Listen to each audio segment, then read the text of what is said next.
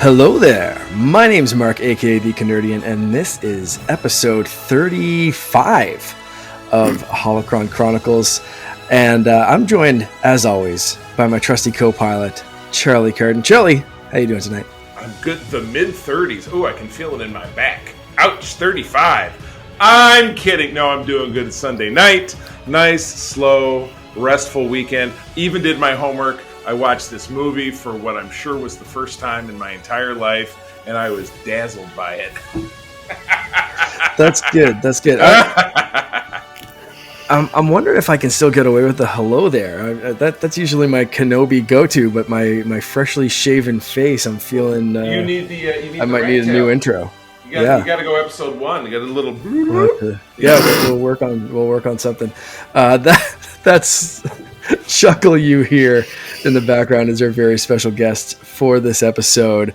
Mia, how you doing tonight? Wonderful. Well, we're here to talk about the OG. We're here to get down to some serious Star Wars business. So I can't wait. Mark, What do we got going on?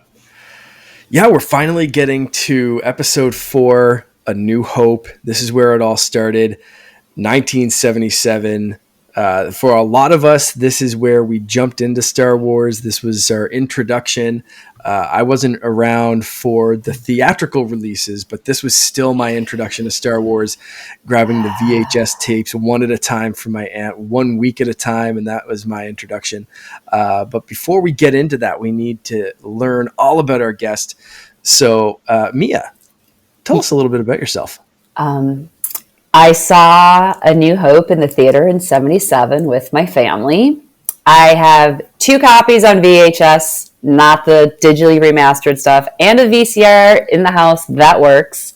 Wow. I always try to watch it on May the 4th because, nerd.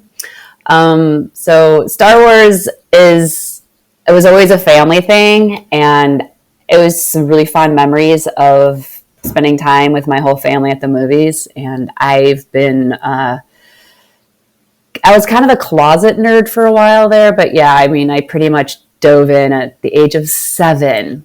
Yes, all let's do math. Thank you very much. Math. Boop, beep, bop, boop, beep, boop, putting her age at older than me. That's all you need to know. And I didn't tell you how old I was, but you already know. But Mark's the baby of the bunch, not just because of what's on his face. Right. Lack of what's on his face. That's it. Right. Exactly. It's getting the sandpaper feel.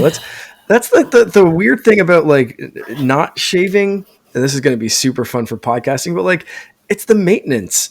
Like, do I have to shave every day, or I'm going to get this like sandpaper scruffle kind of? I can't. I don't shave. If I have a Friday office day, I won't shave for 3 days. Like I haven't shaved now, but I have such salt and pepper, white hair, beard that you can't tell. My face just looks dirty. That's why I shave. The reactions so far have been like 50-50 split, like keep it like this or get the beard back as quick as you can. So it's literally like 50-50 down the middle. Everyone I talk to. I'd ask my wife. Yeah, she's on team get the beard back. Yeah, because it's scratchy.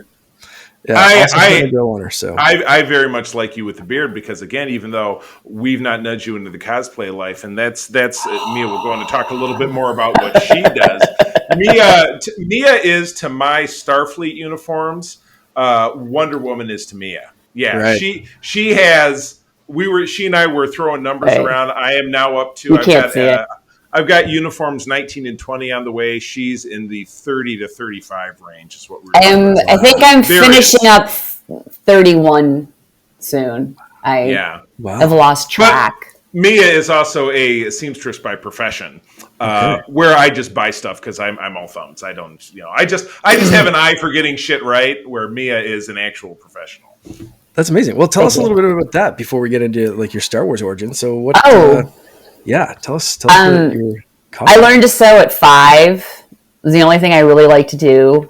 I mean, home ec was my favorite class. I have a degree in fashion design. I've worked in and out of the apparel business since I was 23. Currently, I work in a factory, which is not very exciting, but COVID. Yeah. So that just happened. I had a better job pre-COVID. I'm looking to do that. But yeah, I love to make my costumes. I mean, I got tired of making dresses. I don't go anywhere. Like, what do I need another black dress for? So I make Wonder Woman costumes and other costumes, but a lot of Wonder Woman. So she's my thing. She's my go-to. I am the short Wonder Woman in the world because I'm 5'4" if I stand up really tall and spike my hair a little bit.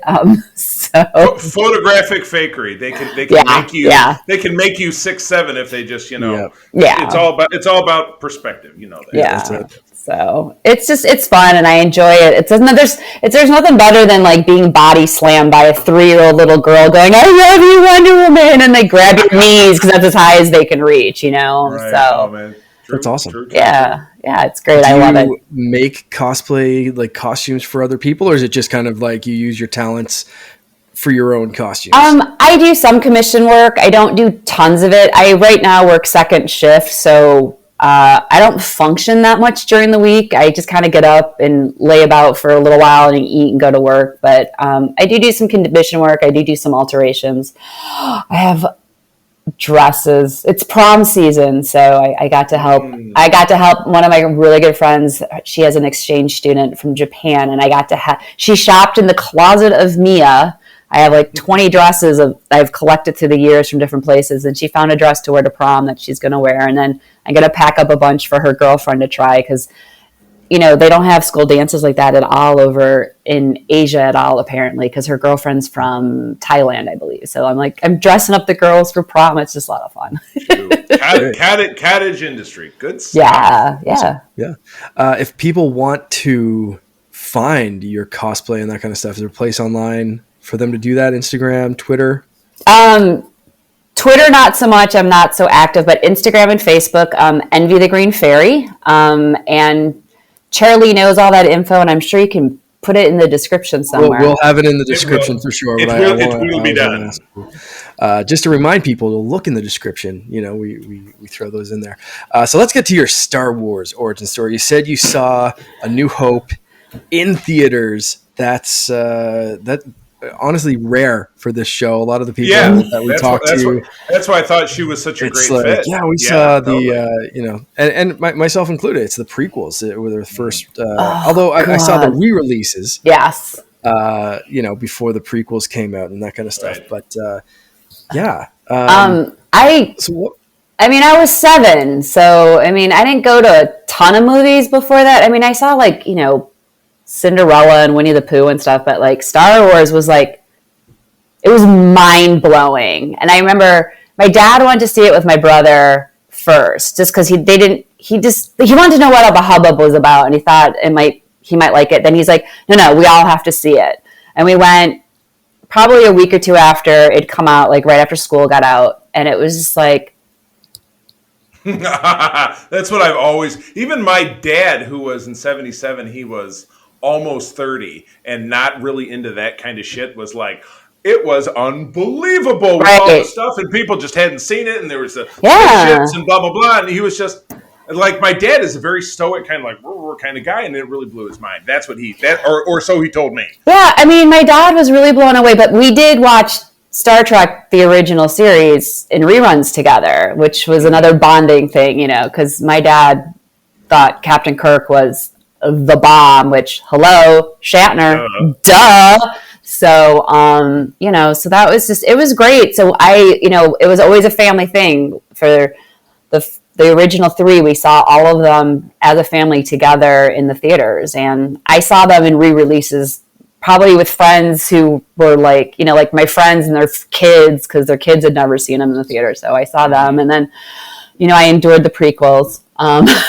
That is Mark. And Mark, I know you have more of a fondness for the prequels, but us old farts like me and myself, we get to the prequels and we're like, but we love the originals. We're just we get a little crusty about it. You know what though? I will say, when I went to go see Force Awakens, I felt that one I love. Yeah. I went and saw that a couple of days after it came out, and it was like being a little kid again. And the greatest thing about that is that year, I have a niece who turned 7 that year. It came out, and we saw it I can't remember. We saw it because my niece's birthday is on December 27th. So we either saw it the day after Christmas or on her birthday. I don't remember. So we bought the new generation. And the funniest thing is because I brought all the movies home so she could watch them. And she just didn't realize the gap of time span between The Return of the Jedi and Force Awakens. She's like, Han Solo's so old now.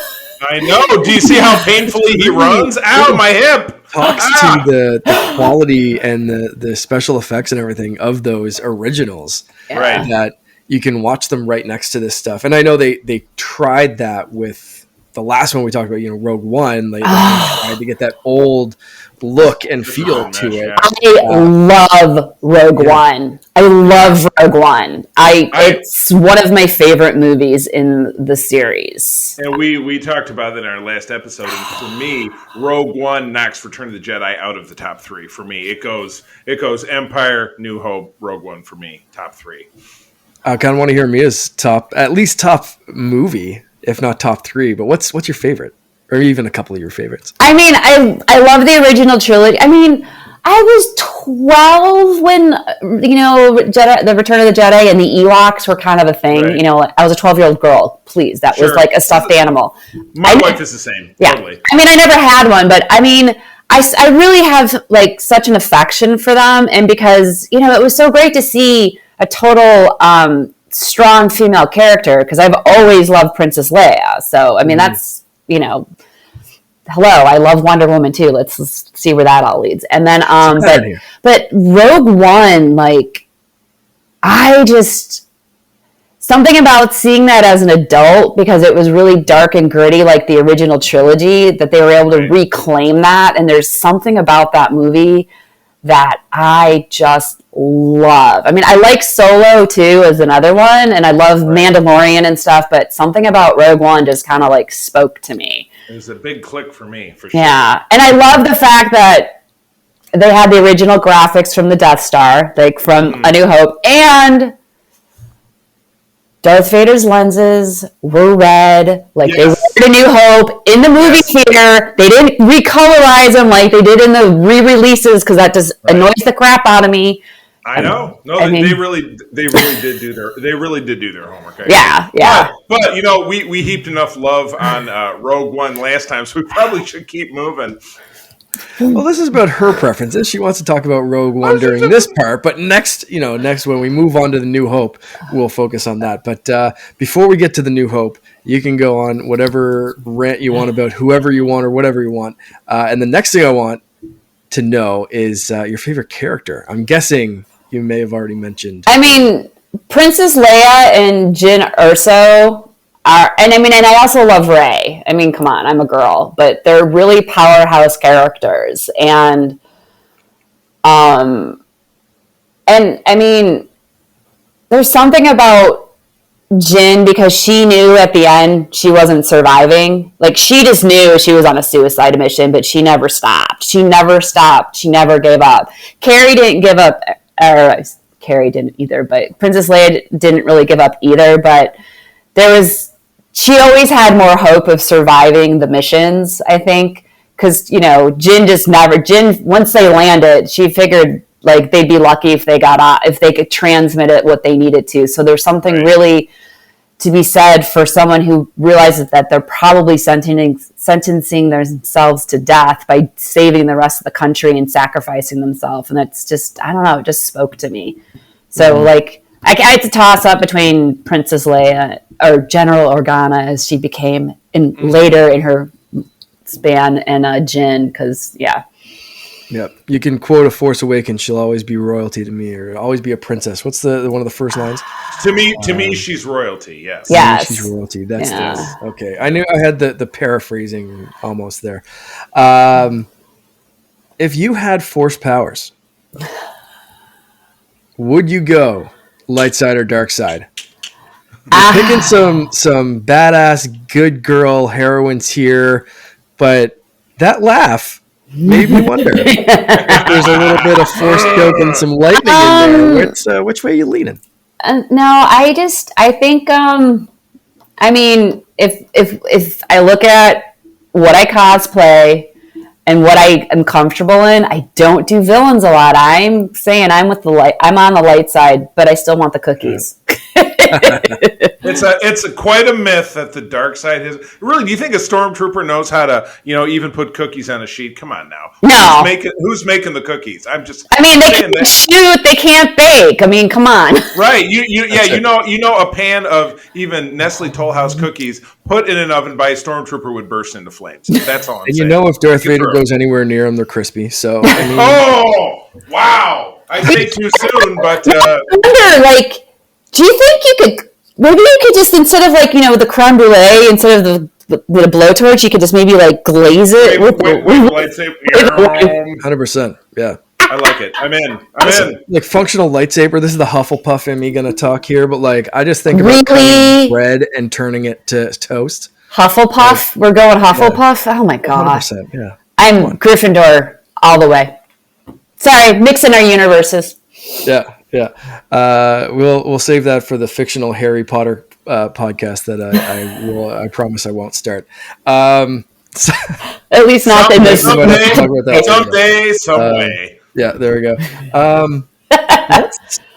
I don't think I have any Star Wars origin story question. I think that's pretty good. I like it when someone just chooses light side or dark side. That's kind of good. That's refreshing. We get a lot of I think I'd go gray, or I want to be good with lightning powers and that kind of stuff. So it's good to be just good side, Good side. It's good. It's good. I mean, we had Todd on last time, and he was like, "Nope, dark side all the way." Instantly dark side. Yeah, I'm not Zero hesitation. Not even gonna dance on the fence. I mean, I wouldn't hesitate to kill my enemy, but if I can avoid the conflict, and settle it without violence, that's where I'm going.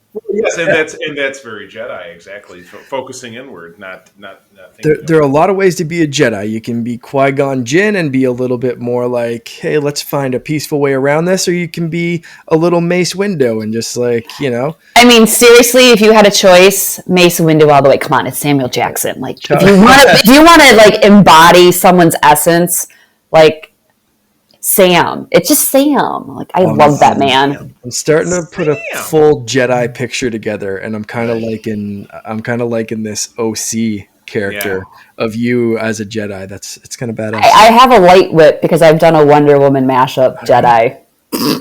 That's pretty badass. That's right. I was going to ask you, because I'm thinking about cosplays, and I know that you have a lot. But it's the Wonder Woman Jedi that I can remember seeing you with, where I've not really dabbled in any kind of mashups with Star Wars. Mine are all pretty clean, except for the bucket here for my OC X-Wing pilot, which I haven't exactly gotten off the ground. The orange jumpsuit, that's been an odyssey.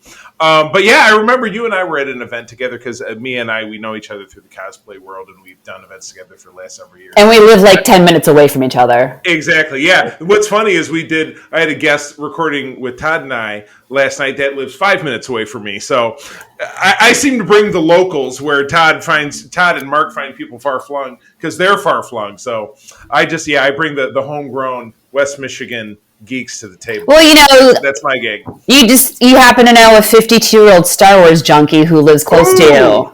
Came right out and said a number. I got 2 months. Good deal. I said much younger than that, but the math, I guess, makes sense.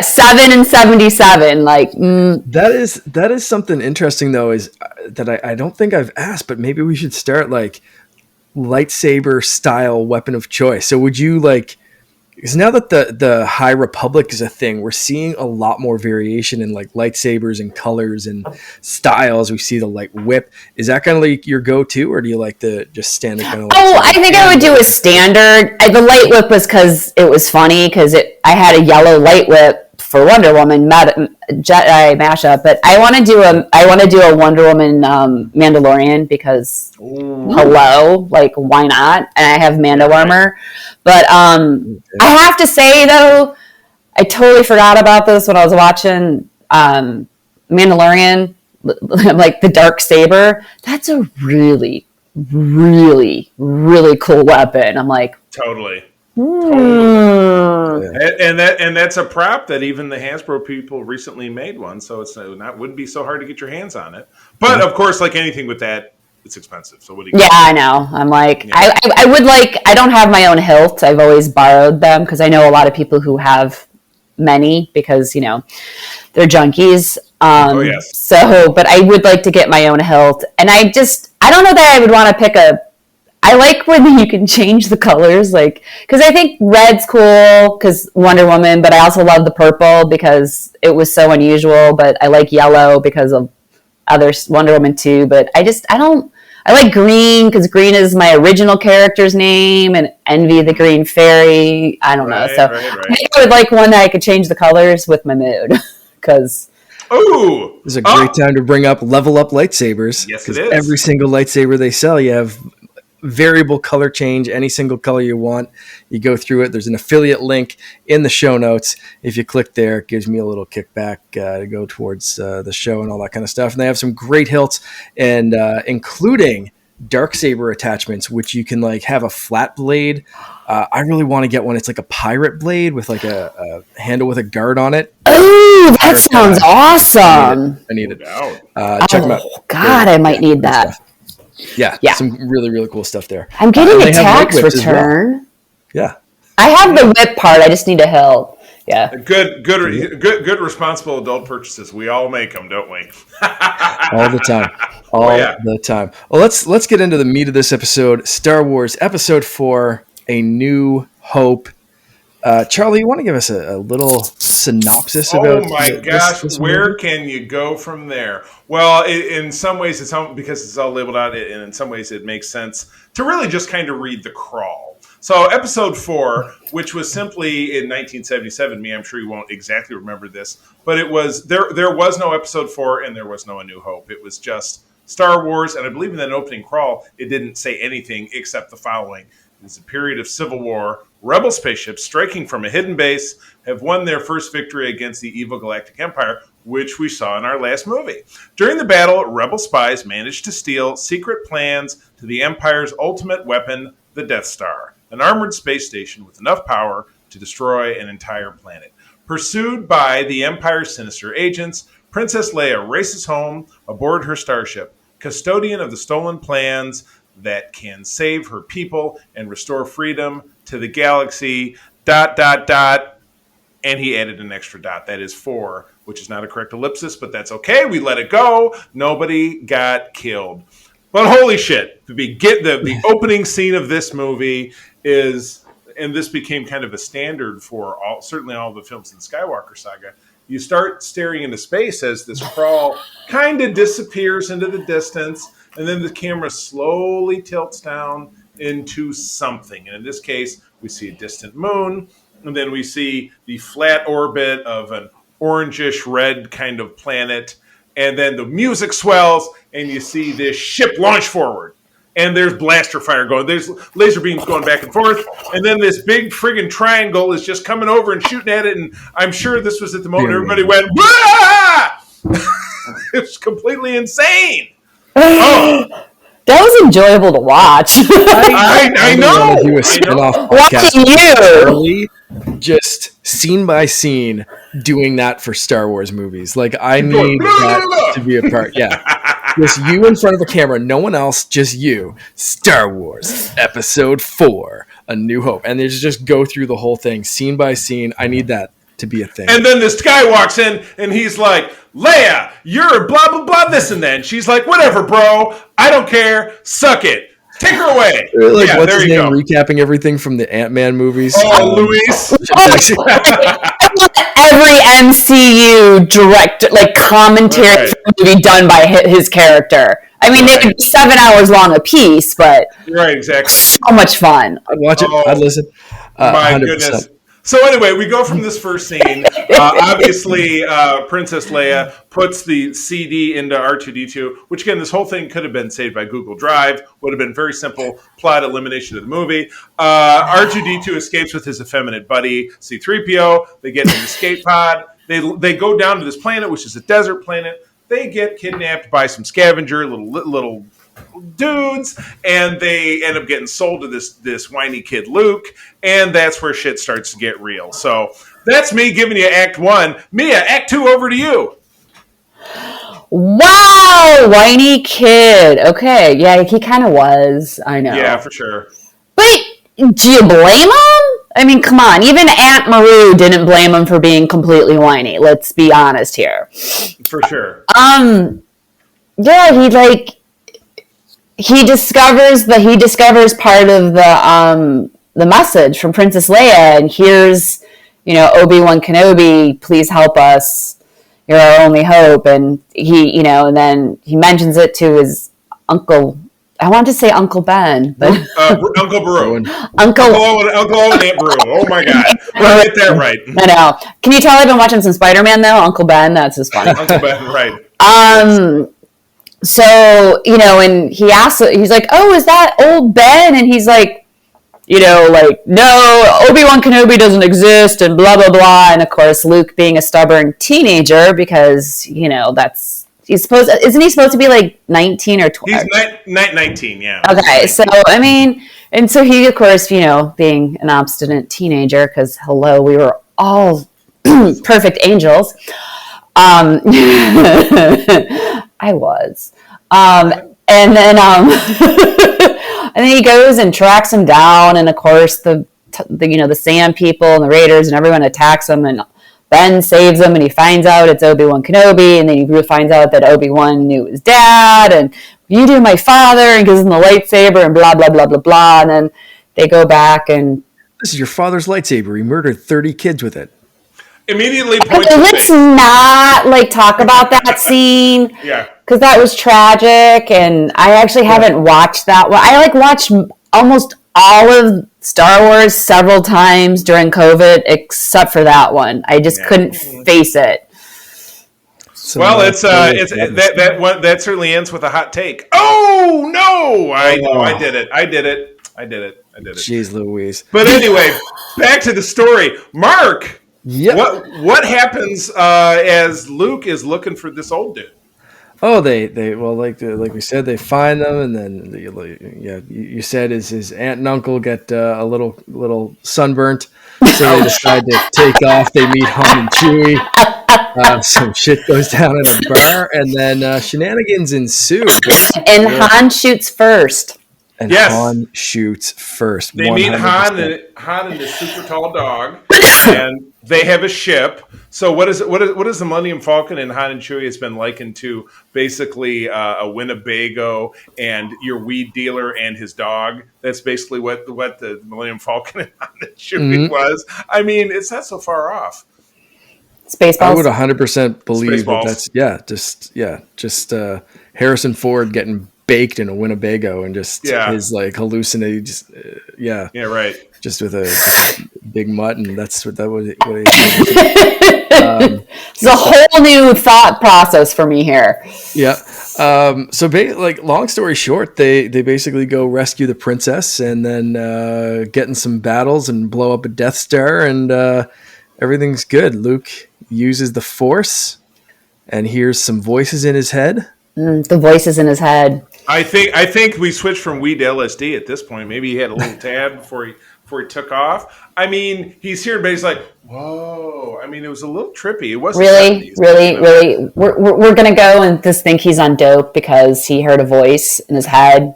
April and I have been rewatching that '70s show, so that's all I think about.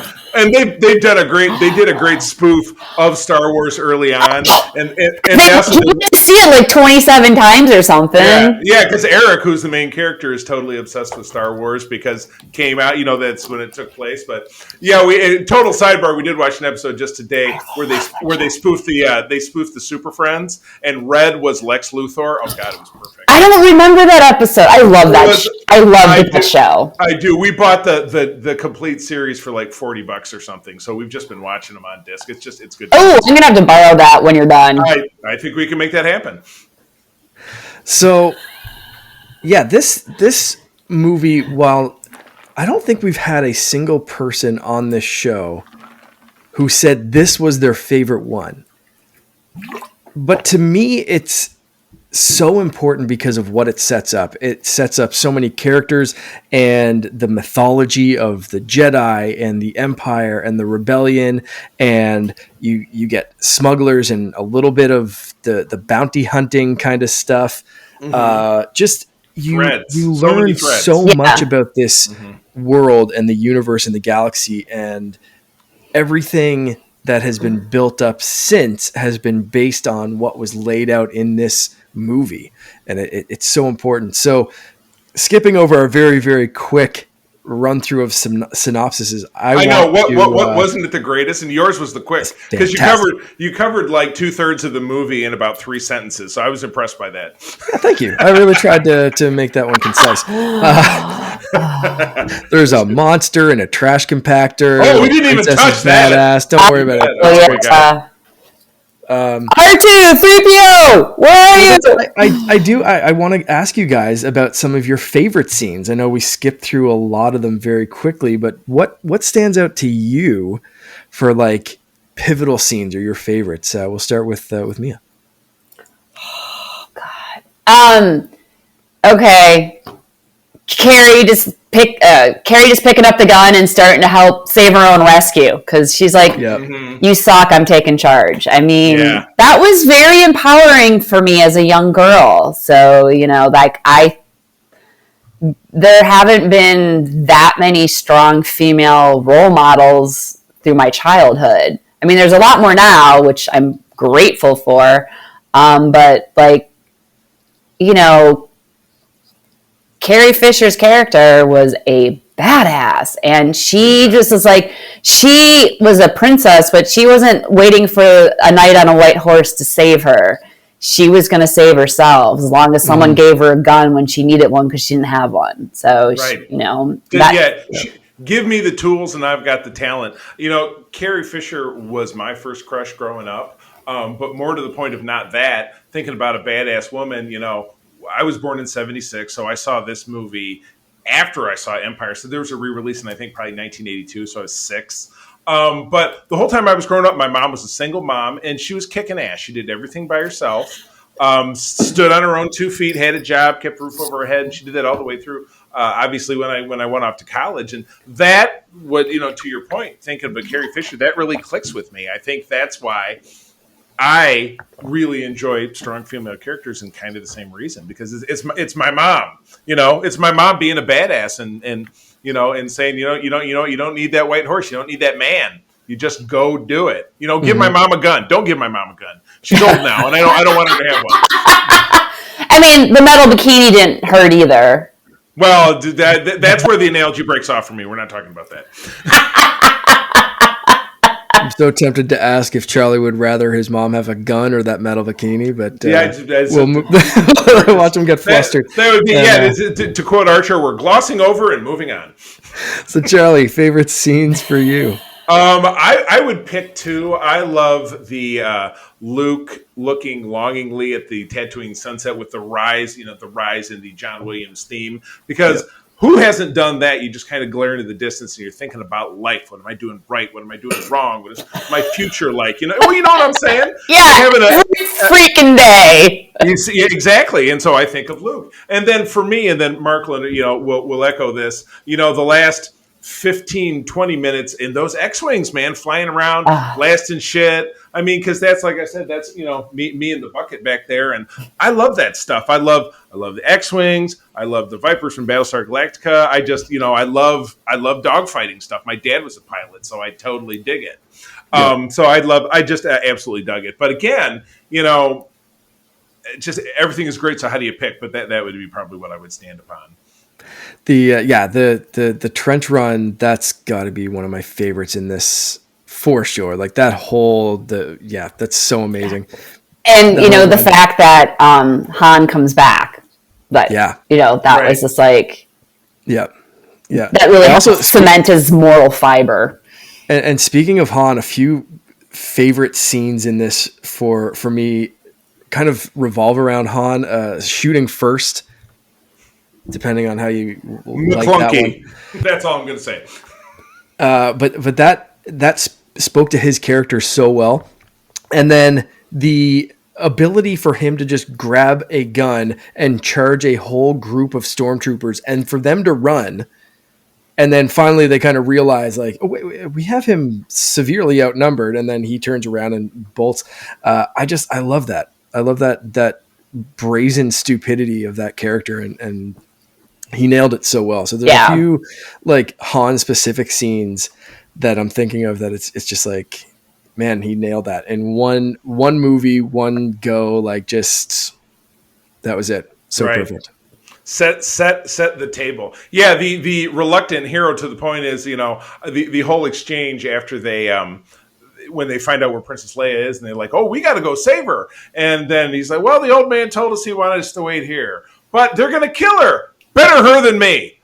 Wow, dude. Seriously. I mean, I'm not sticking my neck out for anyone, but if you learn the evolution of the character as time goes by, that's how he survives. I mean, he said I've been from one end of this galaxy to the other, and I've never seen anything that makes me think there's one all-powerful force that controls everything. And he says, there's no mystical energy that controls my destiny. It's a lot of simple tricks and nonsense. He's a total non-believer in the evolution of his character from kind of being a selfish dickwad in this film to all the way his, line in The Force Awakens when he said, it's true. All of it, the Force and the this and the that. And, oh, my son, stabby. And then that's the end of his arc. But, good.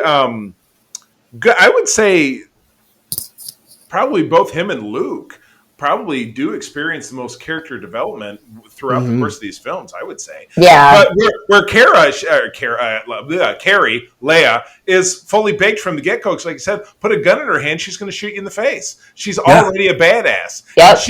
She's also 19 because Luke and Leia are twins, so they're the same age. Yeah. And so she's a rebellious teenager in a totally different way. Like a gorilla, it was a Robot Chicken, the spoof of this with the Paul Patine, and he's like, oh, a bunch of fucking teenagers blowing up what's an aluminum falcon? You know what I mean? Yeah, she is like, if Luke's the rebellious teenager, she's the rebellion teenager. Like that's what she grew up in. Like that was, she's an established badass where Luke is very much that green country boy that's still kind of like, oh, what's this? Oh, a laser sword? Cool. Oh, a spaceship? That's great. Golly gee, yippity skippity, exactly. Yippity skippity, oh my god. You know who he is? He's Beaver and Leave It to Beaver. That's who Luke Skywalker is.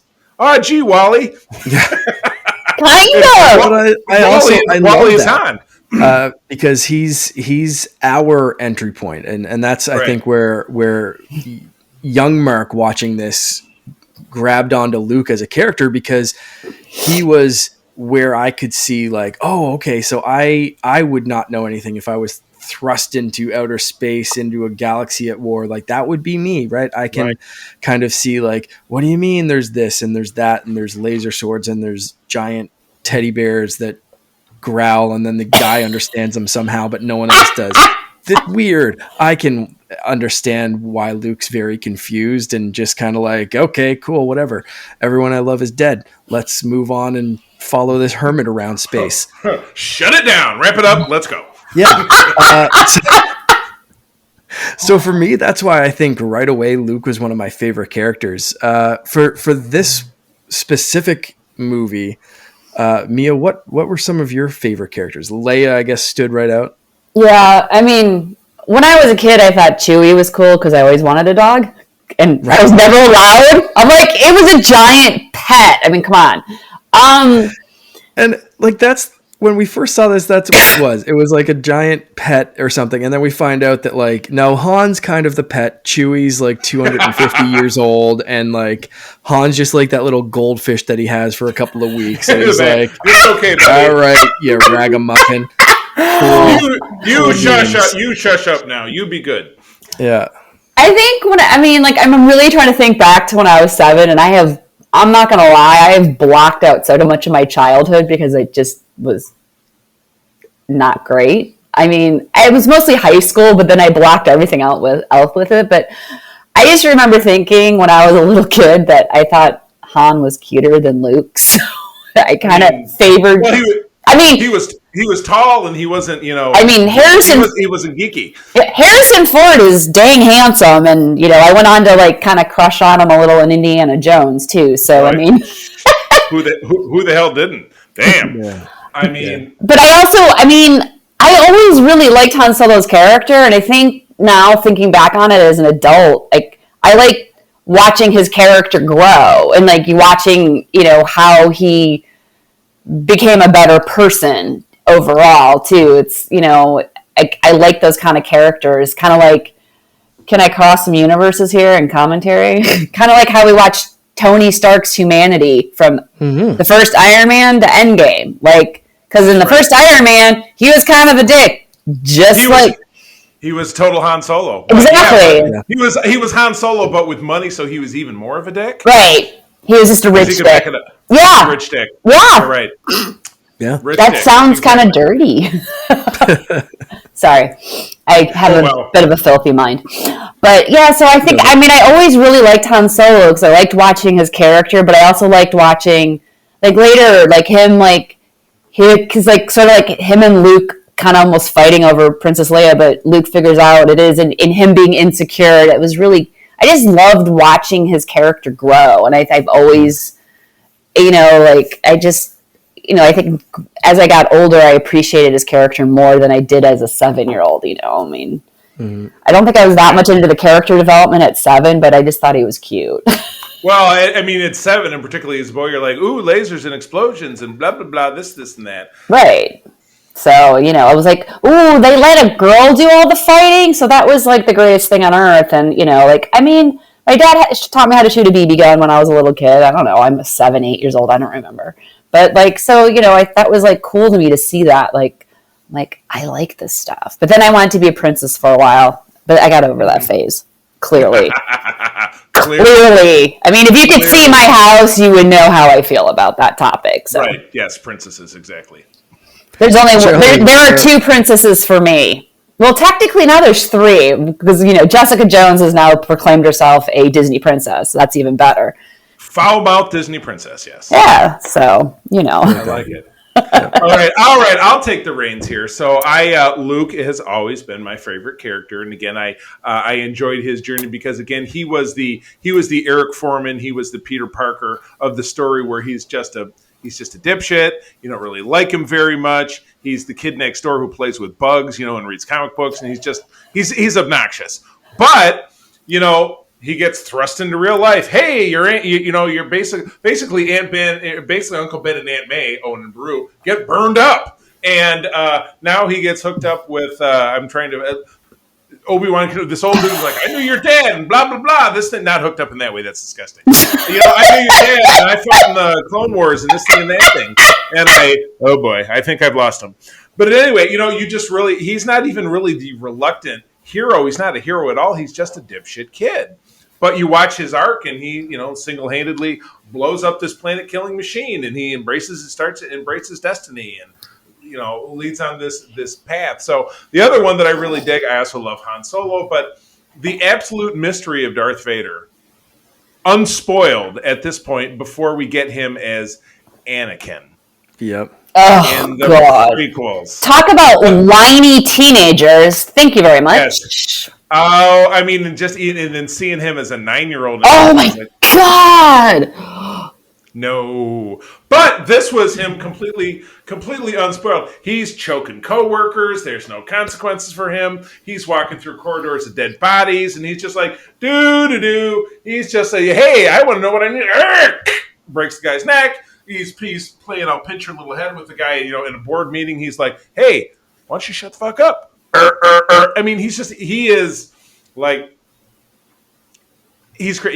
crazy. It's crazy. He's crazy badass, and that just continues to grow. And then, as my partner Todd has said many times, time and again, it's a real disservice that's done to the character by dialing him back and making him a little kid. Patton Oswalt, who is my favorite comedian, does a great routine about, I'm such a nerd that if somebody ever said, where were you going to if you could time travel, where would you go back to? He said, would you go back and would you kill Hitler? Would you do this thing or do that? Stop the Titanic from crashing? He says, no, I would go back to about 1994 and I would kill George Lucas with a shovel so that he doesn't make the prequels. And then he goes on this whole bit about, stuff that you love. And he says, in the course of the bit, he says, you look kind of sad. Would you like some ice cream? Yeah, I'd love some ice cream. He says, okay, well, here's some rock salt and milk and ice so that you can make yourself some ice cream. And he's like, I don't care how the stuff I love was made. I just love the stuff I love. So that was anyway, tangent. Sorry. This was we just lost like 90% of our listeners. Oh, okay. I love the prequels. We just talked about how everyone that comes on the show loves the prequels. Well, and you just pooped on them all. Maybe this will, because they are poop. Okay, the pod races were amazing. Okay, those are great. That was a great scene, but Jesus take the wheel. Let's. I agree. Darth Vader is old person. Prequels are okay. Well, I am usually the old person here. So to our prequel loving listeners, my apologies. That is one person's opinion. Does not represent the views of the Secret Friends Unite Corporation and its affiliates. Okay, Darth Maul for a villain was kind of cool. Right. But at any rate, okay, Mark, back to you before we go to woo. I've gone far enough. I agree, man. Darth Vader is so amazing in this movie. And just, you don't know if he's a man or a machine. There's that mystery. The costume design is just iconic from the first time that you hear his asthmatic little theme coming down the hall. Like, it's just so good. I can't do it. And it's scary and just perfect. So yeah, 100% one of my favorite characters in this movie. And I don't talk about my love of Darth Vader that often, but like, holy crap, Darth Vader's just great. Where would you guys rank this? Charlie, you kind of alluded to it a little bit before. I did. I did. When you split it. Yeah, I'm sorry. Go ahead. I'll add to this. What do you think is the overall importance to the saga? So like your personal rating of this movie, but like, where also do you think it's important? And I kind of talked about how important I think about it, because it set up everything. But for you, what's the importance and where do you rank? I mean, you 100% nailed it on the head, because it's impossible to get away from the fact that this is the most important film in the saga. Because there is nothing without this. Even though, we started a story and in the Family Guy spoof, they said, let's start the Star Wars story with Episode 4. It's true that this is not the true beginning of the story. But again, as we learn more about Star Wars, it spans hundreds of years before and it spans for many, many years afterwards. So this is truly the most important story, because without this, there is nothing else. So that's obviously very pivotal. But as I had mentioned, we got rolling. For me, if I was to split the Skywalker saga into thirds, in 3 trilogies, I would, this film was always in that first third for me. Rogue One comes along and it nudges it into the second one. And I couldn't tell you, if this is my number 4 movie, I really have to give serious thought to what 5 through 9 is. And then add in, 5 through 11, because I brought one of the solo films into that, and I've said this is better than one of the original films, which is, it's controversial to us old people, but to all of our sequel loving young people, it's pretty elementary. But yeah, to me, it's a weird duology, because there is nothing without this film, but there are, to me, 3 films that are better. No, wait a second. Oh my God. No, that's, wow. I almost need an edit point. This knocked Return of the Jedi for me into that second 3-piece. I don't know what the hell I was thinking about. This is all I'm drinking tonight. No alcohol. This is not vodka. No, just questioning it. This for me knocked. Rogue One is number 2 for me. This would be number 3. Oh my God! There we go. There you go. You know what? You took a long way to get there, but you got it. Poke me full of holes. I don't know what the hell I was thinking about. Charlie did the Kessel Run in 186 parsecs. Right. That one? He says, "Not if you round down, buddy." Yeah, that's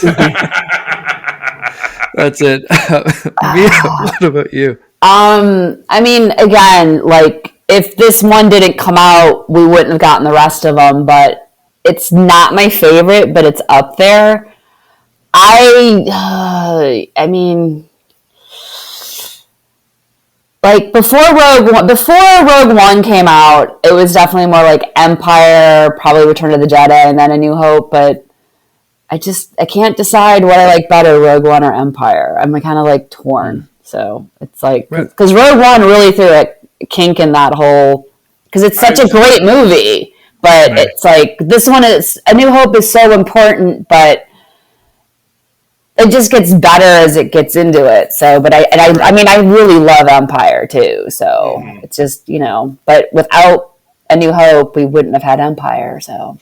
In a lot of ways, and I know I feel like we've talked about Rogue One almost as much as we talked about New Hope in this episode, but in a lot of ways, because those two films are only separated, and this is verified in canon, by about an hour from Rogue One to the beginning of this film, because what was happening was the Tantive 4, which is Leia's ship, had a hyperdrive malfunction. It was traveling. It worked for about an hour, and then it died just in time for it to get to Tatooine, which is where they were picking up Obi-Wan anyway. But it only took an hour. Because hyperspace is weird. It's not like, warp factors in Star Trek where, it's going to take us 3 days to get to this place because warp factors, blah, blah, blah. So there's no science to it. That's people say, do you love Star Wars or Star Trek? Science fantasy or space fantasy versus science fiction. There's, this, which is all Star Trek, is like it's distance and time and it's so fast. Where in, Battlestar Galactica where they jump, or in this where they're like, we're going to take a hyperspace and then we'll you never know how far it is. So anyway, blah, blah, blah. But you can almost kind of think about them as a single film because it's one kind of cool long arc. Yeah. And you have one really character that you see throughout, even though the droids make a really insignificant and inexplicable appearance. At the end of Rogue One, you see R2 and they're like, waving to him as they're flying away, just so they could say, well, now R2's been in every movie or whatever. But yeah, Vader is kind of the through point through both films. Mm-hmm. And like I said, kind of mashing it into one. So yeah. Mm. Yeah. Yeah. I think you guys are kind of right on. It usually ranks third, fourth-ish for me on my list, but I think the importance is through the roof, and not only the importance for this series, but like the importance for cinema. Like it's totally. It's such a ridiculously important. It saved the entire movie industry. Period. Yeah. It's directly responsible for the return of Star Trek, and they were gonna make another TV show and make a go of it, and then Star Wars came out and they said, whoa, we got to do a movie because we can make the Enterprise not look like it's on wires over a ball of string, and we can do some stuff now. And that was the rebirth of the entire Star Trek franchise, which is now going into its nearly 45 year and over 45 years in production. So 55 years in production, 45 years. Oh, it's older than I am. Okay. It is 1966. Yes. Excellent. I think that's about it for me, unless you guys have any other comments on A New Hope.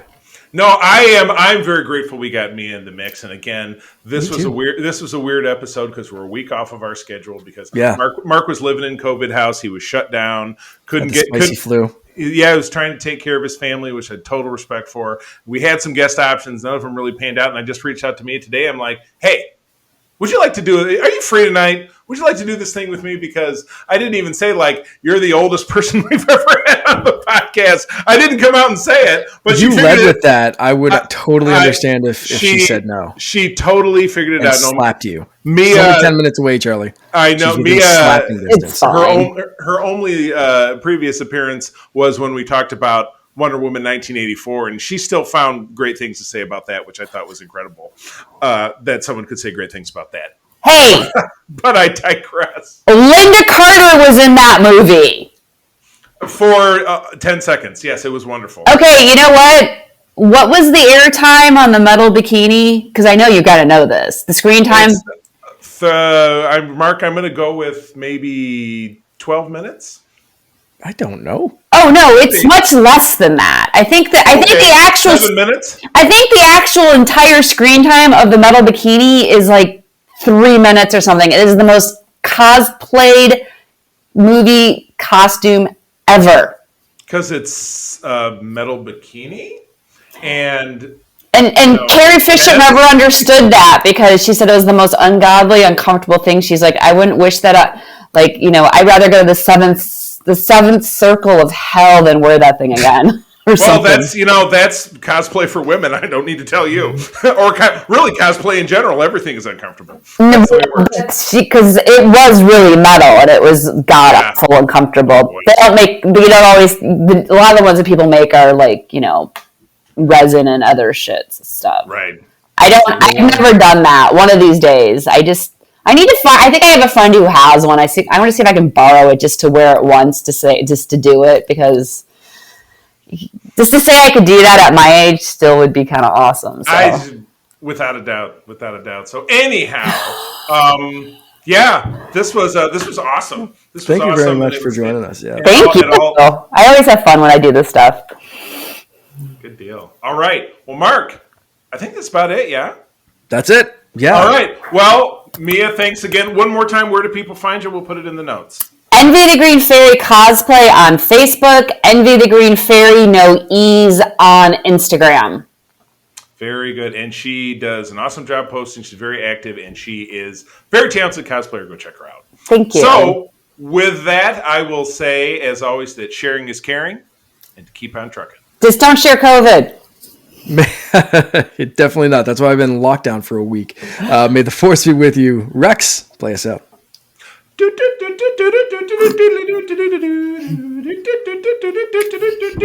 just let him go. This podcast is part of the Secret Friends Unite podcasting network. Visit secretfriendsunite.com for more great shows, articles, news, reviews, and more. Secret Friends Unite podcasts are available on Apple, Google, Spotify, and other podcast services around the world. If you'd like to be part of the conversation, you can join us on Facebook or our new Discord server, or follow @SecretFriendsU on Twitter. Please subscribe to Secret Friends Unite on YouTube and visit our merch store at tpublic.com. Just search Secret Friends Unite. Thanks for listening.